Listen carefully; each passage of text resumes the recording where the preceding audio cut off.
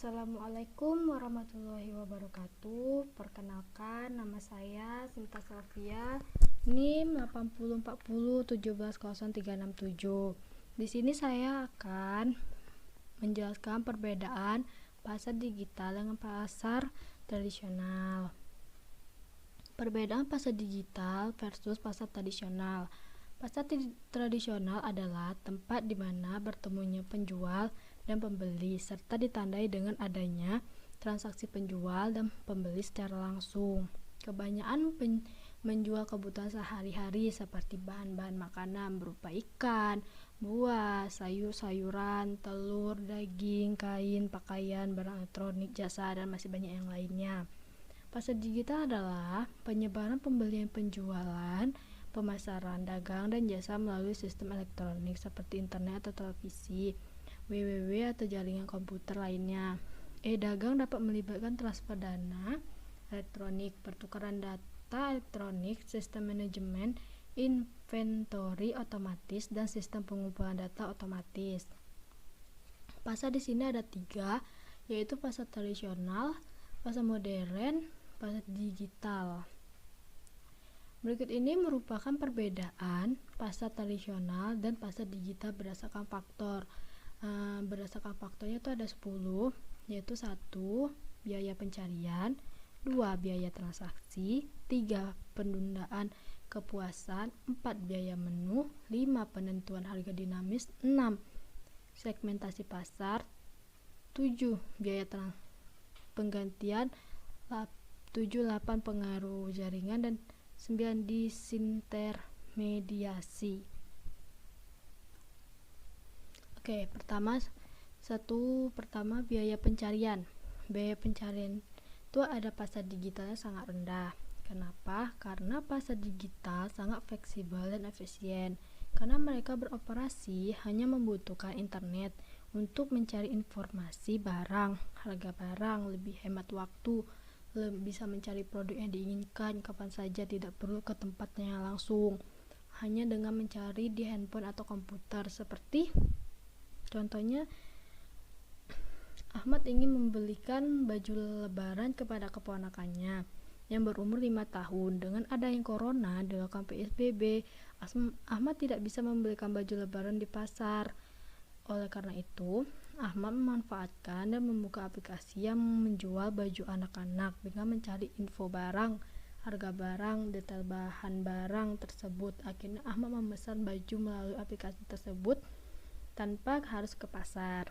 Dan juga pasar tradisional itu tinggi karena dalam mencari produk atau jasa yang diinginkan, pembeli harus berpindah-pindah dari satu ke tempat yang lainnya. Dan produk pun banyak pilihannya, bisa tawar-menawar, dan mendapatkan harga yang lebih murah dan mendapatkan barang yang lebih bagus. Contohnya di sini yaitu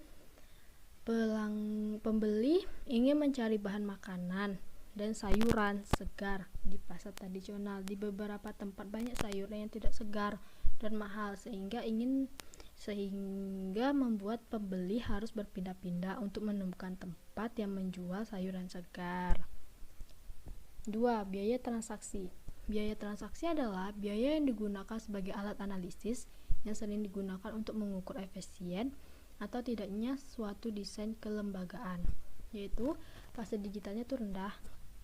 Kenapa? Karena pasar digital tidak memerlukan tempat atau toko, maka dari itu tidak menggunakan biaya tambahan yang banyak seperti biaya sewa, transportasi yang besar, karena memanfaatkan jaringan internet saja sebagai medianya. Contohnya itu seperti Sonya memiliki usaha online di mana dia menjual masker organik. Sonya tidak memerlukan biaya-biaya tambahan dalam menjalankan usahanya karena dia menjual secara online dan melakukan transaksinya sering di rumah, sehingga hanya memerlukan sedikit biaya transportasi untuk pengiriman barang ataupun COD, itu pun tidak setiap hari. Dia hanya perlu mengeluarkan biaya internet untuk kelancaran usahanya.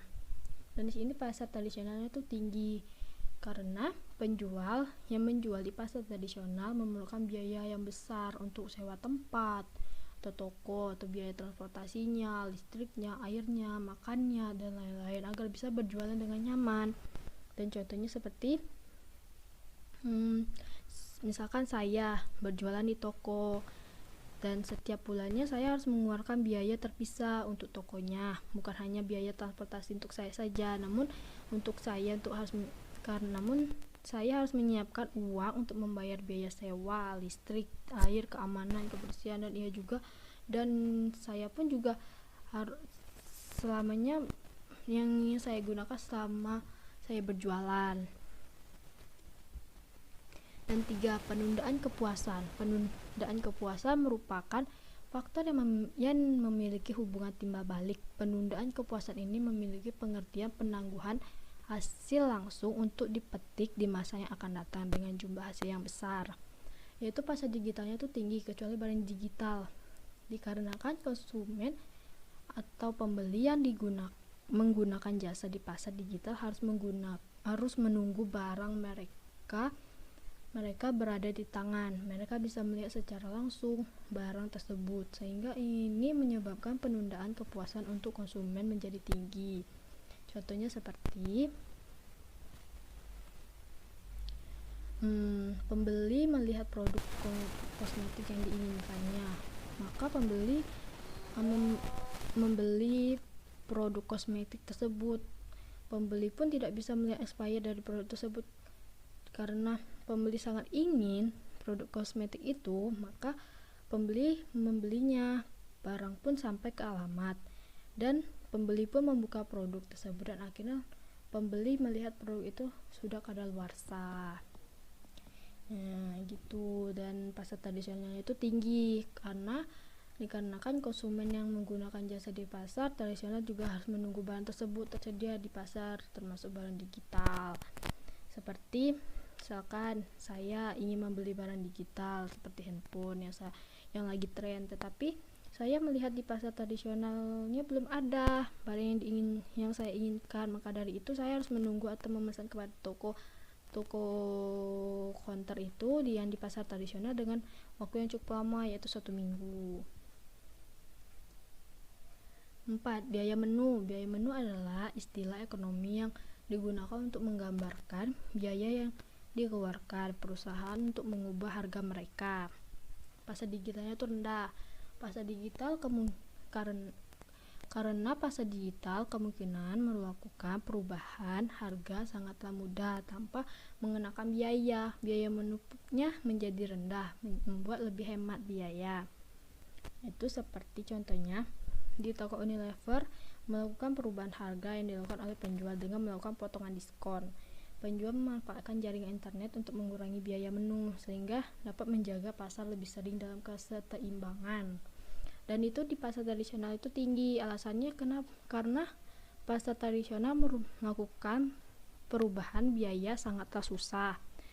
Tetap setiap kali ada penawaran dan permintaan akan ada pengurangan harga yang sedikit ataupun tidak ada penawaran sesuai harga yang tertera di barang.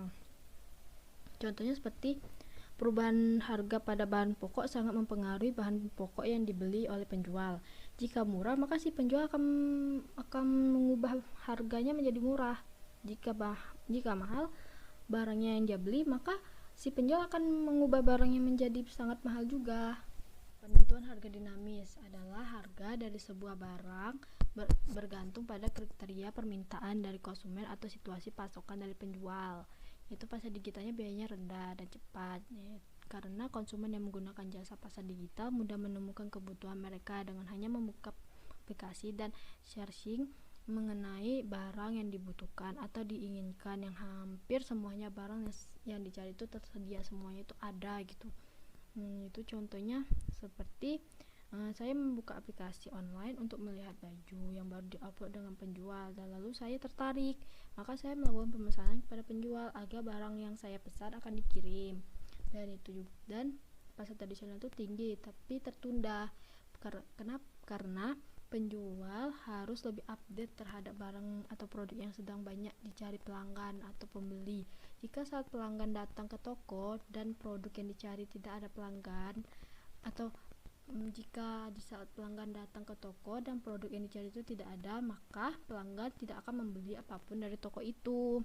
Seperti misalkan saya ingin membeli hijab pasmina tali diamond di toko Halisa Hijab, tetapi di toko tersebut tidak menjual hijab itu.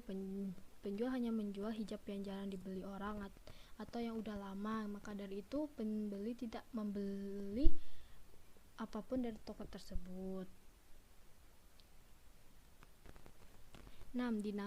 Diskriminasi harga. Diskriminasi harga adalah strategi mikroekonomi yang banyak dijalankan oleh para produsen. Dalam diskriminasi harga, sebuah produk dijual dengan harga yang berbeda di pasar yang berbeda. Jadi, untuk suatu produk yang sama, dua orang pembeli bisa mendapatkan harga yang berbeda. Di pasar digitalnya biayanya rendah tapi cepat. Karena pasar digital untuk mencantumkan harga yang berbeda, maka produknya tidak memerlukan biaya tinggi karena penjual yang memproduksi sendiri. Maka dari itu, penjual hanya perlu memasukkan harga yang mereka buat dengan mudah dan tidak butuh waktu yang lama. Seperti contohnya, pengguna memproduksi baju tidur dan menjualnya di aplikasi online. Dengan itu si penjual menjualkan barangnya dengan harga yang murah, atau grosir dengan memasukkan harga yang diinginkan. Jika pelanggan ingin membeli baju tidur satu lusin, maka harga tersebut akan lebih murah. Berarti seperti misalkan saya membeli barang yang semakin banyak, maka si penjual akan mengurangkan harga barang tersebut gitu. Terus pasar tradisional itu tinggi dan tertunda. Pada pasar tradisional, dalam mengubah harga tidak sama dengan harga penjual lainnya, karena pembeli biasanya melakukan tawar-menawar dalam membeli barang atau produk. Biasanya harga di pasar tradisional relatif mahal agar mereka bisa mendapatkan harga yang pas dari pembeli gitu loh. Itu seperti contohnya, pembeli pergi ke pasar tradisional untuk membeli lemari baju dengan harga 500.000. Di saat yang sama, ada orang lain membeli lemari jenis yang sama dengan ukuran yang sama di toko yang berbeda atau di tempat yang berbeda, yang dijual dengan harga 350. Di pasar tradisional, pembeli bisa tawar-menawar agar mendapatkan harga yang lebih murah. Segmentasi pasar. Segmentasi pasar adalah kegiatan membagi suatu pasar menjadi kelompok-kelompok pembeli yang berbeda, yang memiliki kebutuhan, karakteristik, atau perilaku yang berbeda, yang mungkin membutuhkan produk atau barang pemasaran yang berbeda. Di pasar digital biayanya rendah, ketepatannya sedang. Pada pasar digital, penjual memanfaatkan Google sebagai media yang sangat familiar dengan masyarakat umum untuk menjualkan barang dengan luas, tidak hanya satu kota saja tetapi bisa se-Indonesia. Seperti contohnya, sebuah toko online hijab selalu berusaha mengupdate penjual yang dijual dengan memanfaatkan media sosial, pencarian Google untuk mengetahui apa saja yang paling banyak digunakan atau yang sedang tren saat ini. Untuk mengikuti perkembangan tersebut, pengguna internet cukup baik. Terus pasar tradisional harganya tinggi, ketepatannya kurang. Karena di pasar tradisional biasanya penjual menjualkan suatu barangnya dengan harga tinggi di toko dan hanya bisa melayani satu wilayah. Untuk menarik pelanggan, penjual melakukan brosur atau promosi. Seperti Ibu Lala menjual peralatan rumah tangga di wilayah Kabupaten Muara Jambi. Ibu Lala tidak bisa menjual barangnya di berbagai wilayah karena tokonya hanya di Kabupaten Muara Jambi. Biaya penggantian, yaitu nilai berupa uang termasuk semua biaya yang diminta atau yang seharusnya diminta oleh pemberi jasa, karena penyerahan jasa kena pajak. Pasar digital tinggi, rendah tergantung barang. Pasar digitalnya dapat menambah biaya penggantian tergantung pada sifat produk atau layanan yang dijual dan ketentuan pengangkatan biasanya terdapat pada pemberitahuan info toko tersebut. Seperti contohnya, pembeli membeli barang di toko online dan si pembeli membeli barang yang mudah pecah seperti piring, keramik, guci, atau lain sebagainya. Agar barang itu sampai ke tujuan, si penjual memberitahu kalau akan ada biaya tambahannya. Dan terus di pasar tradisional itu tinggi. Pasar tradisional sulit untuk menambahkan biaya penggantian karena tidak ada kesepakatan tentang biaya penggantian, jika ada pun sangatlah sedikit. Seperti pembeli membeli barang seperti lemari, meja, kursi di pasar tradisional. Akan tetapi barang tersebut akan diantar dengan penjual. Akan tetapi penjual akan meminta biaya pengganti pengantaran barang tersebut. Pengaruh jaringan.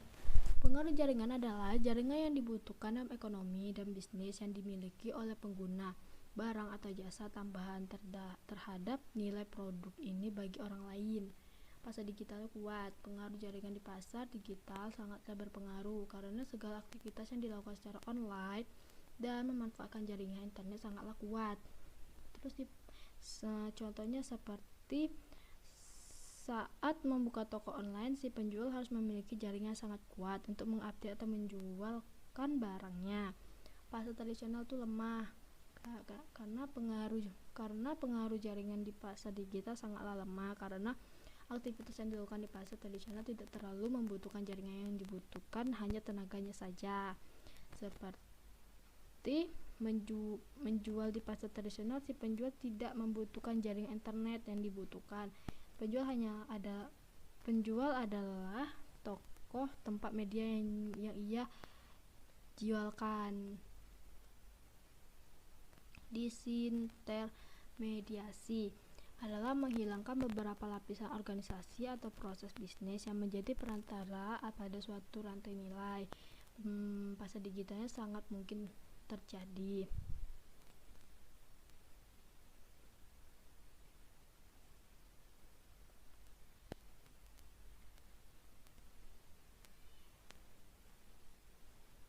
Pasar digital karena pasar digital berhubungan langsung dengan internet, maka sangat mungkin terjadi penghapusan perantara karena perusahaan dapat menangani pelanggannya secara langsung, misalkan dengan internet. Terus pasar tradisional itu kurang kemungkinannya terjadi. Itu pasar tradisional membutuhkan perantara yang membantu mereka dalam melakukan proses bisnis seperti produsen. Terima kasih, sekian dari saya. Assalamualaikum warahmatullahi wabarakatuh.